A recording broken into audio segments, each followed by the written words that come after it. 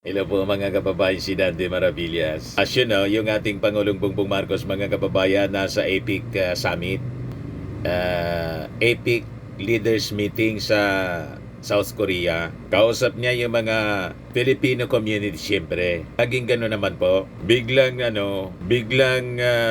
nagulat yung ating Pangulo sa tunog na parang baril. Ayan o. Habang nagsasalita yung ating Pangulo, andito po ang ating three. talagang nagulat yung ating Pangulo. Kaming ganyan, no? Introduce kami. Trade and Industry Secretary. Talagang mabibigla ka pag ano. Akala ko po nga tunog ng baril, putok ng baril. Ulitin natin. After na ipakilala ni DFA Secretary Lazaro, mga kababayan, yung ating Pangulo. Ayan o. Mga kababayan, ikinararangal ko pong ipakilala ang Pangulo ng Republika ng Pilipinas, Ferdinand R. Marcos Jr.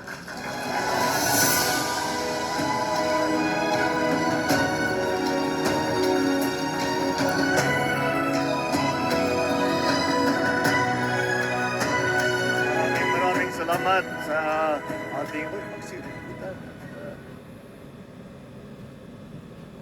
patatagalin ko yung speech ko para hindi napilitan magpakain sa ambassador. Patatagalin din daw yung speech niya para mapilitang magpakain si Ambassador. Sa ating Secretary of Foreign Affairs, Secretary Tess Lazaro. Ipapakilala ko po sa inyo lahat ng mga iba't ibang kasama namin na mga kalihim ng iba't ibang departamento po ng ating pamahalaan. Andito po ang ating Grabe yung pagka. Ano naman yung introduction mo? Wala kaming ganyan. No? Diyos kami. Trade and Industry Secretary. Grabe yung pagkagulat ng ating Pangulo. Talagang iniisip niya, putok ng baril. Nakikita mo sa facial reaction niya po. Alam naman po ninyo, di ba? Normal sa presidente ang may banta tulad ni kay Trump. Di ba? So, lagi nating ipanalangin yung ating Pangulo. Pero yun po, hindi man po putok ng baril. Yung tunog ng microphone lang po yun.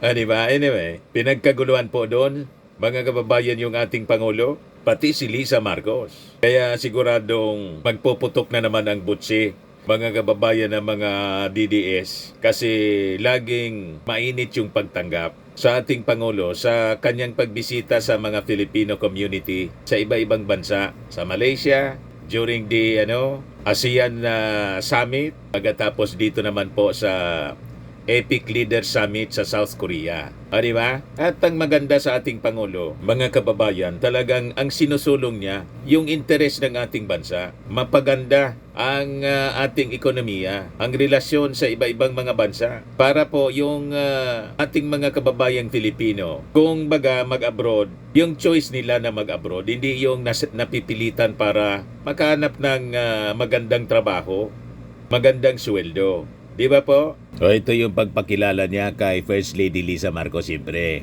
na talagang nagsigawan yung mga OFWs. Kompleto ang ating pagpapakilala kung hindi po natin batiin ang ating First Lady Luis. O di ba? Sigawan po. Lahat po ng iba't ibang aking mga kasamahan na nagseservisyo sa pamahalaan ng Pilipinas. At ang pinakamahalaga na bisita natin dito, ang ating mga minamahal na kababayan dito sa Korea. O di ba? Magandang gabi po sa inyo lahat. Kinalulugod ko pong makasama kayong lahat dito sa Busan ngayong gabi. Alam ko po na marami sa inyo ay galing pa sa iba't ibang parte ng Korea. Kasama ang inyong mga pamilya, mga bata, kapatid, mga magulang. Meron pa sa inyo naglakbay ng kalahating araw gamit ang shuttle bus mula sa Seoul. Ganun ba?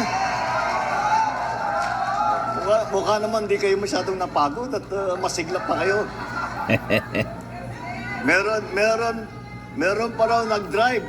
Meron pa raw nag-drive galing sa Daeju at Ulsan. At iba pa naman, lumipad na galing sa Jeju Island. Ay, nakabisi. Sa pagkakalam ko, Maraming sumakay ng train to Busan.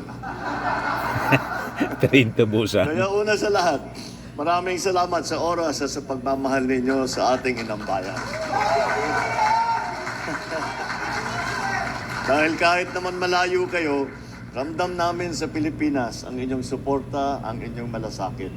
Nandito ako ngayon sa Republic of Korea, oo nga dahil nga sa APEC Economic Leaders Meeting.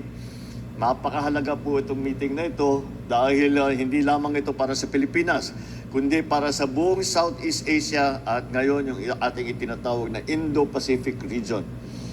Dito nagkakaisa mga bansa sa rehiyon para pag-usapan kung paano natin mapapalakas ang ating mga ekonomiya. Mas mapapabilis ang palitan ng produkto at serbisyo at masisiguro na ang bawat mamayan, lalo na ang ordinaryong Pilipino na may maliliit na negosyo ay sila ay kasama sa ating pag-uunlad. Para sa Pilipinas, malaking tulong ang APEC. Pinag-usapan sa APEC kung paano mapadali ang pagpapasok sa negosyo. Mas maraming negosyo, mas maraming trabaho.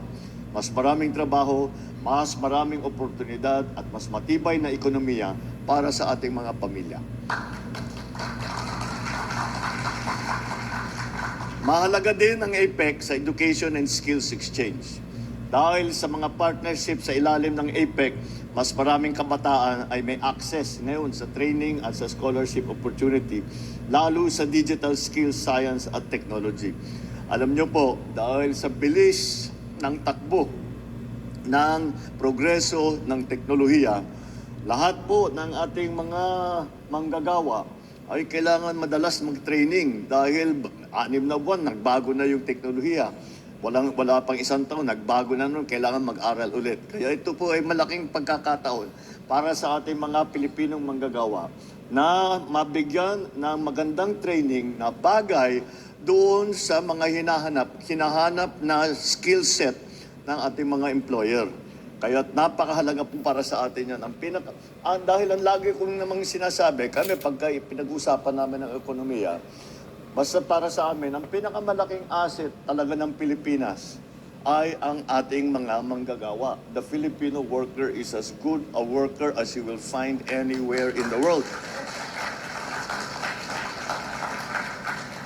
Kaya kailangan ihanda natin ang ating mga kabataan sa kinabukasan para hindi na nila kailangan mga ibang bansa kung ayaw na nila.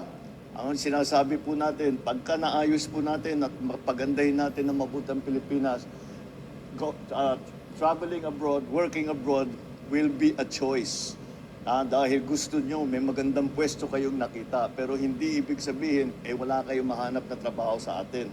Kaya diyan po ang aming hangarin, yan ang layunin po namin. Kaya diyan, para patungo diyan, sa ganyan sitwasyon tayo ay nagtatrabaho para pagandahin ang Pilipinas.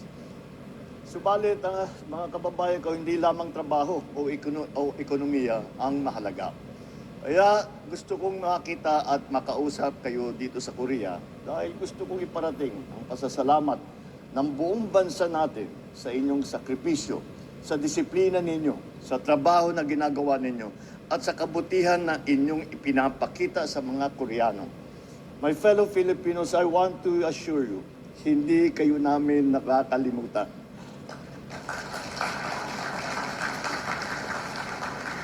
We work very hard to make sure that government services reach you all the way here in Korea or wherever you are. Tuloy-tuloy ang ating mga programa para sa OFW.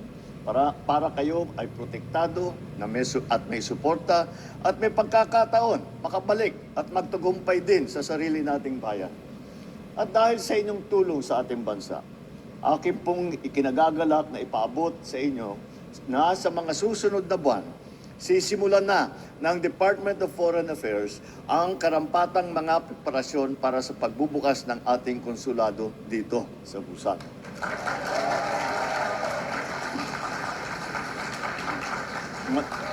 Sa madaling sabi, sa susunod na taon ay may magbubukas na Philippine Consulate General dito. At dahil dito, magiging 2 na po ang opisina ng Pilipinas dito sa Korea. Yung embahada natin sa Seoul at ngayon, yung bubuksan natin konsulado dito sa Busan.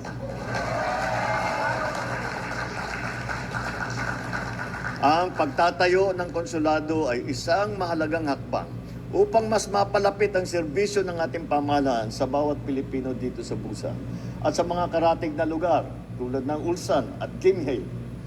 Gimhae?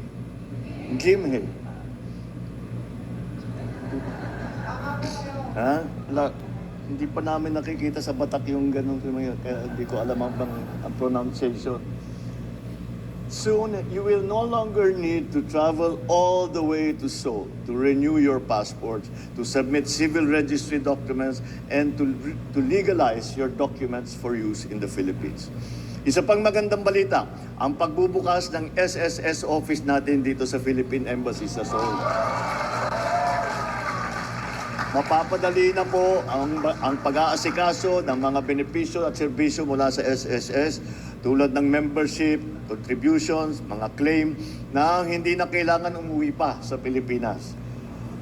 In the coming days, while participating in the APEC Economic Leaders Meeting in Gwangju, I will push for initiatives that directly impact the daily lives of our people. Support micro, small, and medium enterprises, yung ating tinatawag na MSMEs.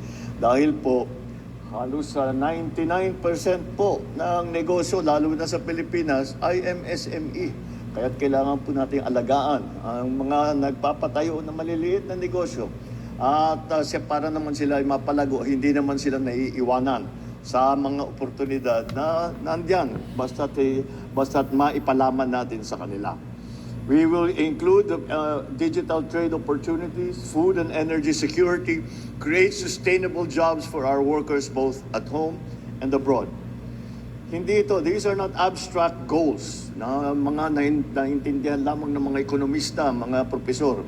Ito ay mga praktikal na ating maaring gawin upang pagandahin ang ating ekonomiya, to make it more inclusive and to make it more resilient.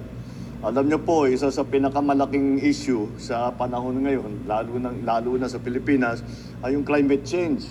At marami talaga, kasi sigurado ko na papalitaan ninyo, ay dinadaan na madalas tayong daanan ngayon na malalakas na bagyo, ay nalindol pa tayo nung nakarang ilang linggo.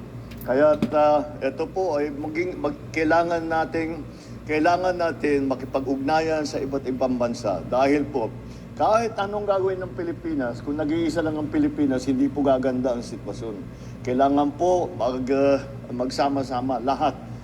It is the first, I always describe climate change as the first truly global problem. And the reason I call it that is every single citizen of the world is affected by climate change. And furthermore, the only solution to climate change is for every single citizen of the world also to contribute. So I will be meeting with business leaders and partner governments to promote greater investment in Philippine industries such as technology, agriculture, renewable energy. Every collaboration we make means more livelihood, more learning, more hope for Filipino families. So our participation in APEC 2025 shows that the Philippines is an active and responsible partner in building a new, more innovative, fairer, and interconnected Asia-Pacific region. We all stand ready to work with our neighbors to ensure that progress is shared. No Filipino will be left behind. Mga